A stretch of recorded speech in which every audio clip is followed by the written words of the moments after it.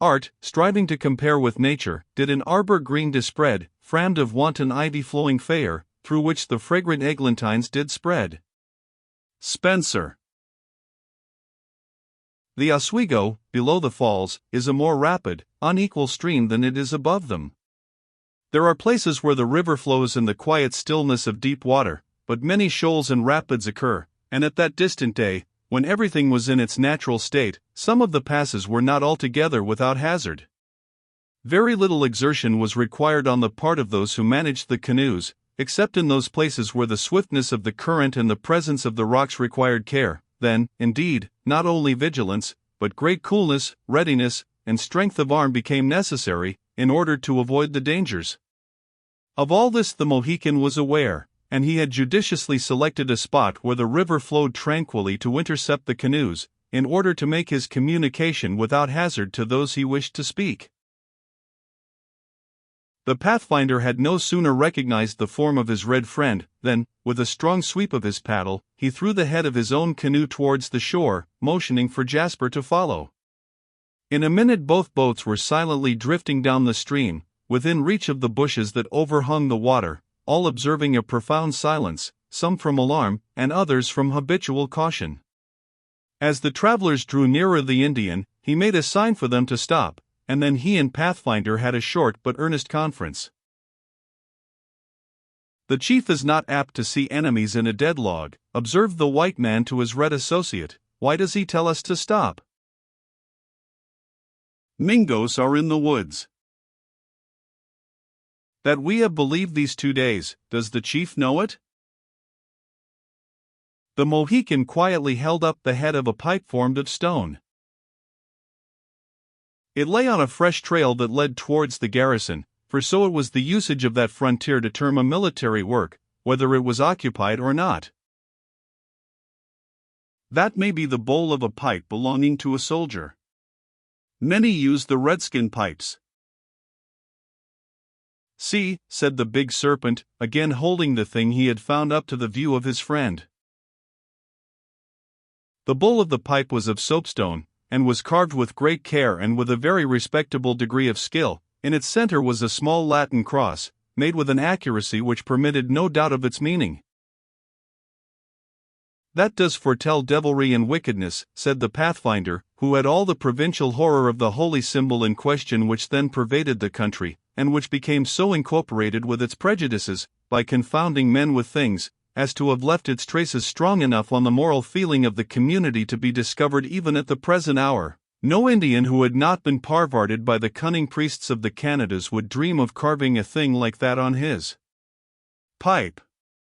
"I'll warrant ye, the knave prays to the image every time he wishes to circumvent the innocent, and work his fearful wickedness. It looks fresh, too, Chingachgook." "The tobacco was burning when I found it." "That is close work, chief. Where was the trail?" The Mohican pointed to a spot not 100 yards from that where they stood. The matter now began to look very serious, and the two principal guides conferred apart for several minutes, when both ascended the bank, approached the indicated spot, and examined the trail with the utmost care. After this investigation had lasted a quarter of an hour, the white man returned alone, his red friend having disappeared in the forest. The ordinary expression of the countenance of the Pathfinder was that of simplicity, integrity, and sincerity, blended in an air of self-reliance which usually gave great confidence to those who found themselves under his care, but now a look of concern cast a shade over his honest face, that struck the whole party. "What cheer, Master Pathfinder?" demanded Cap, permitting a voice that was usually deep, loud, and confident to sink into the cautious tones that better suited the dangers of the wilderness. "Has the enemy got between us and our port?" "Anan? Have any of these painted scaramouches anchored off the harbor towards which we are running, with the hope of cutting us off and entering?" "It may be all as you say, friend Cap, but I am none the wiser for your words, and in ticklish times the plainer a man makes his English the easier he is understood. I know nothing of ports and anchors, but there is a direful Mingo trail within 100 yards of this very spot, and as fresh as venison without salt. If one of the fiery devils has passed, so have a dozen, and, what is worse, they have gone down towards the garrison, and not a soul crosses the clearing around it that some of their piercing eyes will not discover, when sartain bullets will follow. Cannot this said fort deliver a broadside, and clear everything within the sweep of its hawse? Nay, the forts this away are not like forts in the settlements, and 2 or 3 light cannon are all they have down at the mouth of the river, and then, broadsides fired at a dozen outlying Mingoes, lying behind logs and in a forest, would be powder spent in vain. We have but one course, and that is a very nice one. We are judgmatically placed here, both canoes being hid by the high bank and the bushes, from all eyes, except those of any lurker directly opposite. Here, then, we may stay without much present fear, but how to get the bloodthirsty devils up the stream again? Ha!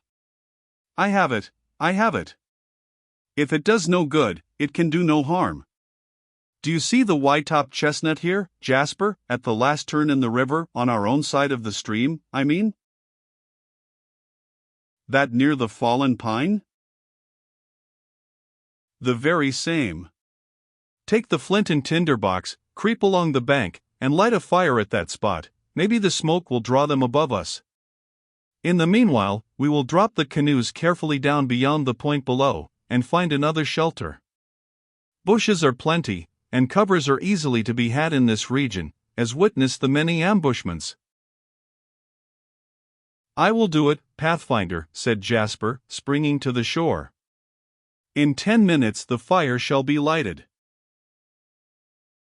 And, Odaus, use plenty of damp wood this time, half-whispered the other, laughing heartily, in his own peculiar manner. When smoke is wanted, water helps to thicken it. The young man was soon off, making his way rapidly towards the desired point. A slight attempt of Mabel to object to the risk was disregarded, and the party immediately prepared to change its position, as it could be seen from the place where Jasper intended to light his fire. The movement did not require haste, and it was made leisurely and with care. The canoes were got clear of the bushes, then suffered to drop down with the stream until they reached the spot where the chestnut, at the foot of which Jasper was to light the fire, was almost shut out from view, when they stopped, and every eye was turned in the direction of the adventurer. There goes the smoke, exclaimed the Pathfinder, as a current of air whirled a little column of the vapor from the land, allowing it to rise spirally above the bed of the river. A good flint, a small bit of steel, and plenty of dry leaves makes a quick fire. I hope Odaus will have the wit to bethink him of the damp wood now when it may serve us all a good turn. Too much smoke, too much cunning, said Arrowhead sententiously. That is gospel truth, Tuscarora, if the Mingoes didn't know that they are near soldiers, but soldiers commonly think more of their dinner at a halt than of their wisdom and danger. No, no, let the boy pile on his logs, and smoke them well too. It will all be laid to the stupidity of some Scotch or Irish blunderer, who is thinking more of his oatmeal or his potatoes than of Indian circumventions or Indian rifles. And yet I should think, from all we have heard in the towns, that the soldiers on this frontier are used to the artifices of their enemies, said Mabel, and become almost as wily as the red men themselves. Not they. Experience makes them but little wiser, and they wheel, and platoon, and battalion it about, here in the forest, just as they did in their parks at home, of which they are all so fond of talking. One redskin has more cunning in his nature than a whole regiment from the other side of the water, that is, what I call cunning of the woods. But there is smoke enough, of all conscience, and we had better drop into another cover. The lad has thrown the river on his fire, and there is danger that the Mingoes will believe a whole regiment is out. While speaking, the Pathfinder permitted his canoe to drift away from the bush by which it had been retained, and in a couple of minutes the bend in the river concealed the smoke and the tree. Fortunately, a small indentation in the shore presented itself, within a few yards of the point they had just passed, and the 2 canoes glided into it, under the impulsion of the paddles. A better spot could not have been found for the purpose. The bushes were thick, and overhung the water, forming a complete canopy of leaves. There was a small gravelly strand at the bottom of the little bay, where most of the party landed to be more at their ease, and the only position from which they could possibly be seen was a point on the river directly opposite. There was little danger, however, of discovery from that quarter, as the thicket there was even denser than common, and the land beyond it was so wet and marshy as to render it difficult to be trodden. "This is a safe cover," said the Pathfinder, after he had taken a scrutinizing survey of his position, "but it may be necessary to make it safer. Master Cap, I ask nothing of you but silence, and a quieting of such gifts as you may have got at sea, while the Tuscarora and I make provision for the evil hour." The guide then went a short distance into the bushes, accompanied by the Indian, where the two cut off the larger stems of several alders and other bushes, using the utmost care not to make a noise. The ends of these little trees were forced into the mud, outside of the canoes, the depth of the water being very trifling, and in the course of 10 minutes a very effectual screen was interposed between them and the principal point of danger. Much ingenuity and readiness were manifested in making this simple arrangement, in which the two workmen were essentially favored by the natural formation of the bank, the indentation in the shore, the shallowness of the water, and the manner in which the tangled bushes dipped into the stream. The Pathfinder had the address to look for bushes which had curved stems, things easily found in such a place, and by cutting them some distance beneath the bend, and permitting the latter to touch the water, the artificial little thicket had not the appearance of growing in the stream, which might have excited suspicion, but one passing it would have thought that the bushes shot out horizontally from the bank before they inclined upwards towards the light. In short, none but an unusually distrustful eye would have been turned for an instant towards the spot in quest of a hiding place. "This is the best cover I ever yet got into," said the Pathfinder, with his quiet laugh, after having been on the outside to reconnoiter. "The leaves of our new trees fairly touch those of the bushes over our heads. Hist, yonder comes Odaus, waiting, like a sensible boy, as he is, to leave his trail in the water, and we shall soon see whether our cover is good for anything or not." Jasper had indeed returned from his duty above, and missing the canoes, he at once inferred that they had dropped round the next bend in the river, in order to get out of sight of the fire. His habits of caution immediately suggested the expediency of stepping into the water, in order that there might exist no visible communication between the marks left on the shore by the party and the place where he believed them to have taken refuge below. Should the Canadian Indians return on their own trail, and discover that made by the Pathfinder and the Serpent in their ascent from and descent to the river, the clue to their movements would cease at the shore, water leaving no prints of footsteps. The young man had therefore waded, knee-deep, as far as the point, and was now seen making his way slowly down the margin of the stream, searching curiously for the spot in which the canoes were hid. It was in the power of those behind the bushes, by placing their eyes near the leaves, to find many places to look through while one at a little distance lost this advantage. To those who watched his motions from behind their cover, and they were all in the canoes, it was evident that Jasper was totally at a loss to imagine where the Pathfinder had secreted himself. When fairly round the curvature in the shore, and out of sight of the fire he had lighted above, the young man stopped and began examining the bank deliberately and with great care. Occasionally he advanced 8 or 10 paces, and then halted again, to renew the search. The water being much shallower than common, he stepped aside, in order to walk with greater ease to himself, and came so near the artificial plantation that he might have touched it with his hand. Still he detected nothing, and was actually passing the spot when Pathfinder made an opening beneath the branches, and called to him in a low voice to enter. "This is pretty well," said the Pathfinder, laughing, though paleface eyes and redskin eyes are as different as human spyglasses. "I would wager, with the sergeant's daughter here, a horn of powder against a wampum belt for her girdle, that her father's regiment should march by this embankment of ours and never find out the fraud. But if the Mingoes actually get down into the bed of the river where Jasper passed, I should tremble for the plantation. It will do for their eyes, even across the stream, however, and will not be without its use." "Don't you think, Master Pathfinder, that it would be wisest, after all," said Cap, "to get under way at once, and carry sail hard downstream, as soon as we are satisfied that these rascals are fairly astern of us?" We seamen call a stern chase a long chase. I wouldn't move from this spot until we hear from the serpent with the sergeant's pretty daughter here in our company, for all the powder in the magazine of the fort below. Certain captivity or certain death would follow. If a tender affayan, such as the maiden we have in charge, could thread the forest like old deer, it might, indeed, do to quit the canoes, for by making a circuit we could reach the garrison before morning. Then let it be done, said Mabel, springing to her feet under the sudden impulse of awakened energy. I am young, active, used to exercise, and could easily outwalk my dear uncle. Let no one think me a hindrance. I cannot bear that all your lives should be exposed on my account. No, no, pretty one, we think you anything but a hindrance or anything that is unbecoming, and would willingly run twice this risk to do you and the honest sergeant a service. Do I not speak your mind, O Douse? To do her a service, said Jasper with emphasis. Nothing shall tempt me to desert Mabel Dunham until she is safe in her father's arms. Well said, lad, bravely and honestly said, too, and I join in it, heart and hand. No, no. You are not the first of your sex I have led through the wilderness, and never but once did any harm befall any of them. That was a sad day, certainly, but it's like may never come again.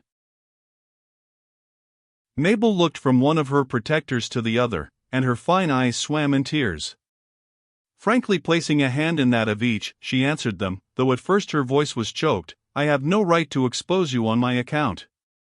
My dear father will thank you, I thank you, God will reward you, but let there be no unnecessary risk.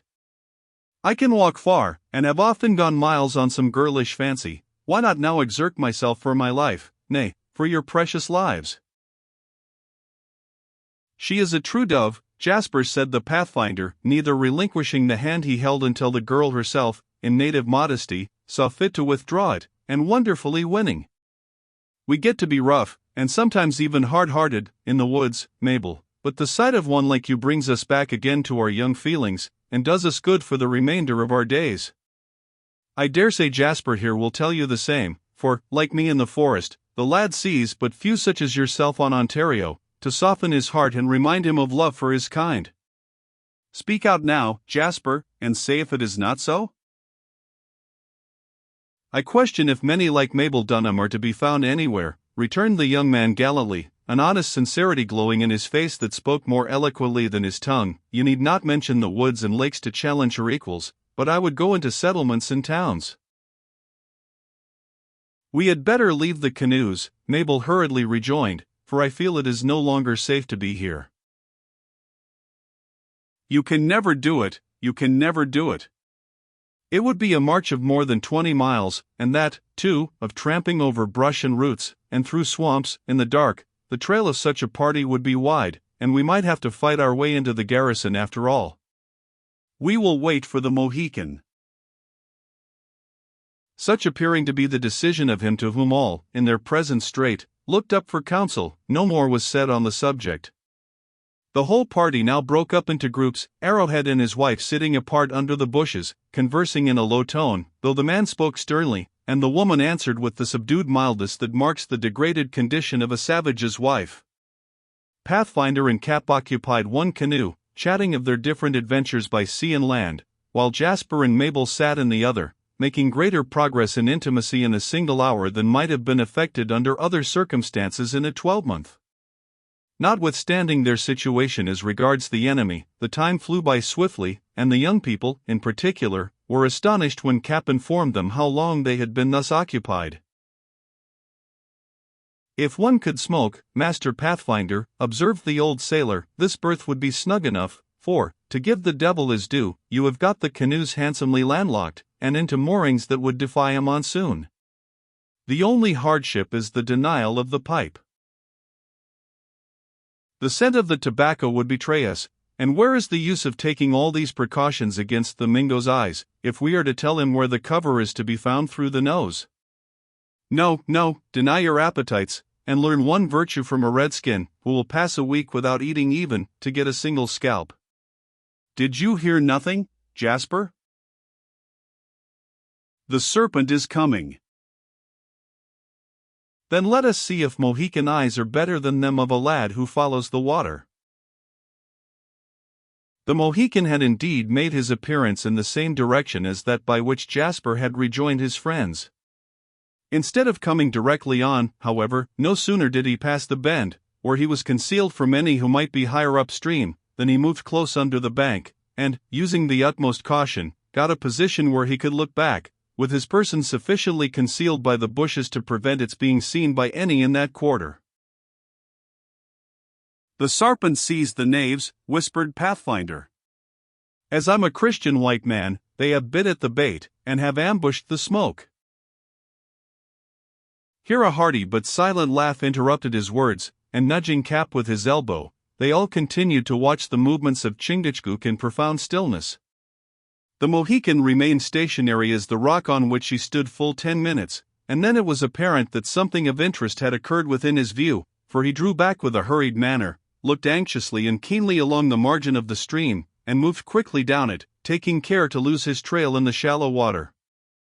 He was evidently in a hurry and concerned, now looking behind him, and then casting eager glances towards every spot on the shore where he thought a canoe might be concealed. "Call him in," whispered Jasper, scarcely able to restrain his impatience. "Call him in, or it will be too late. See! He is actually passing us." Not so, lad, nothing presses, depend on it," returned his companion, "or the sarpent would begin to creep. The Lord help us and teach us wisdom. I do believe even Chingachgook, whose sight is as faithful as the hound's scent, overlooks us, and will not find out the ambushment we have made." This exultation was untimely, for the words were no sooner spoken than the Indian, who had actually got several feet lower down the stream than the artificial cover, suddenly stopped, fastened a keen riveted glance among the transplanted bushes, made a few hasty steps backward, and, bending his body and carefully separating the branches, he appeared among them. "The accursed Mingoes," said Pathfinder, as soon as his friend was near enough to be addressed with prudence. "Iroquois," returned the sententious Indian. No matter, Iroquois, devil, Mingo, Mangwes, or Furies, all are pretty much the same. I call all rascals Mingoes. Come hither, chief, and let us converse rationally." When their private communication was over, Pathfinder rejoined the rest, and made them acquainted with all he had learned. The Mohican had followed the trail of their enemies some distance towards the fort, until the latter caught a sight of the smoke of Jasper's fire, when they instantly retraced their steps. It now became necessary for Chingachgook, who ran the greatest risk of detection, to find a cover where he could secrete himself until the party might pass. It was perhaps fortunate for him that the savages were so intent on this recent discovery, that they did not bestow the ordinary attention on the signs of the forest.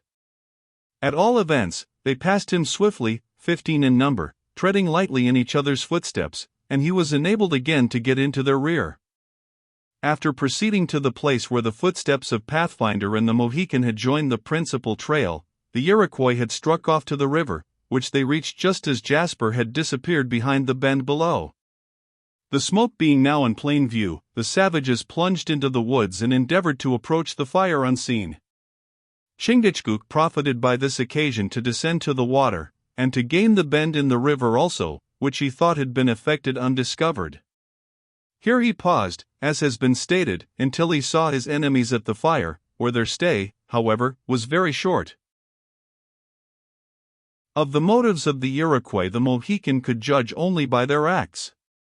He thought they had detected the artifice of the fire, and were aware that it had been kindled with a view to mislead them, for, after a hasty examination of the spot, they had separated, some plunging again into the woods, while 6 or 8 had followed the footsteps of Jasper along the shore, and come down the stream towards the place where the canoes had landed. What course they might take on reaching that spot was only to be conjectured, for the serpent had felt the emergency to be too pressing to delay looking for his friends any longer. From some indications that were to be gathered from their gestures, however, he thought it probable that their enemies might follow down in the margin of the stream, but could not be certain. As the Pathfinder related these facts to his companions, the professional feelings of the two other white men came uppermost, and both naturally reverted to their habits, in quest of the means of escape. "Let us run out the canoes at once," said Jasper eagerly. "The current is strong, and by using the paddles vigorously we shall soon be beyond the reach of these scoundrels." "And this poor flower, that first blossomed in the clearings, shall it wither in the forest?" objected his friend, with the poetry which he had unconsciously imbibed by his long association with the Delawares. "We must all die first," answered the youth, a generous color mounting to his temples. "Mabel and Arrowhead's wife may lie down in the canoes, while we do our duty, like men, on our feet."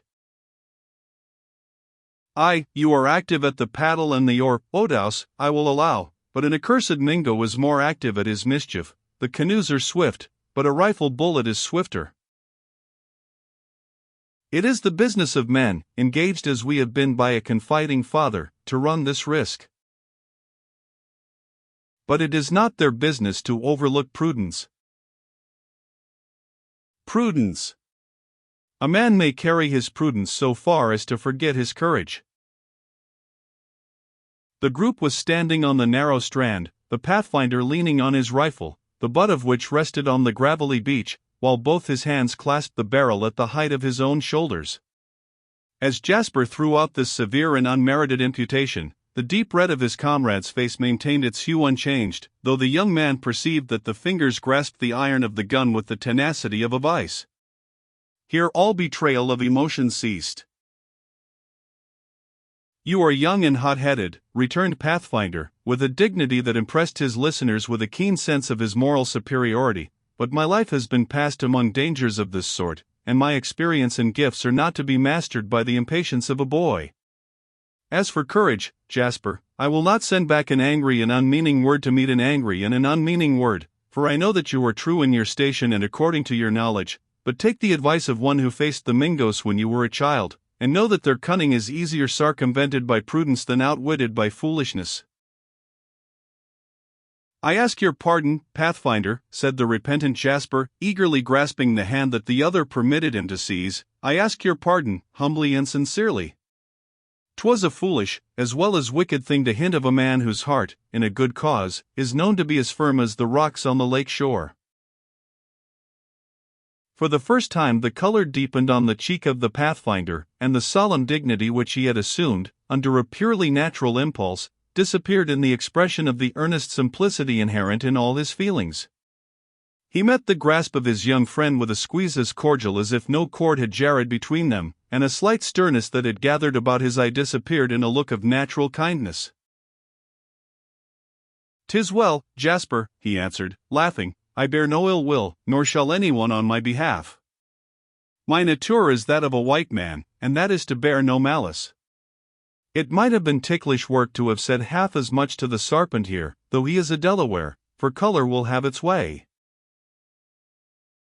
A touch on his shoulder caused the speaker to cease. Mabel was standing erect in the canoe, her light, but swelling form bent forward in an attitude of graceful earnestness, her finger on her lips, her head averted, her spirited eyes riveted on an opening in the bushes, and one arm extended with a fishing rod, the end of which had touched the Pathfinder. The latter bowed his head to a level with a lookout near which he had intentionally kept himself and then whispered to Jasper. "The accursed Mingos! Stand to your arms, my men, but lay quiet as the corpses of dead trees." Jasper advanced rapidly, but noiselessly, to the canoe, and with a gentle violence induced Mabel to place herself in such an attitude as concealed her entire body, though it would have probably exceeded his means to induce the girl so far to lower her head that she could not keep her gaze fastened on their enemies. He then took his own post near her, with his rifle cocked and poised, in readiness to fire. Arrowhead and Chingachgook crawled to the cover, and lay in wait like snakes, with their arms prepared for service, while the wife of the former bowed her head between her knees, covered it with her calico robe, and remained passive and immovable. Cap loosened both his pistols in their belt, but seemed quite at a loss what course to pursue. The Pathfinder did not stir. He had originally got a position where he might aim with deadly effect through the leaves, and where he could watch the movements of his enemies, and he was far too steady to be disconcerted at a moment so critical. It was truly an alarming instant. Just as Mabel touched the shoulder of her guide, 3 of the Iroquois had appeared in the water, at the bend of the river, within 100 yards of the cover, and halted to examine the stream below.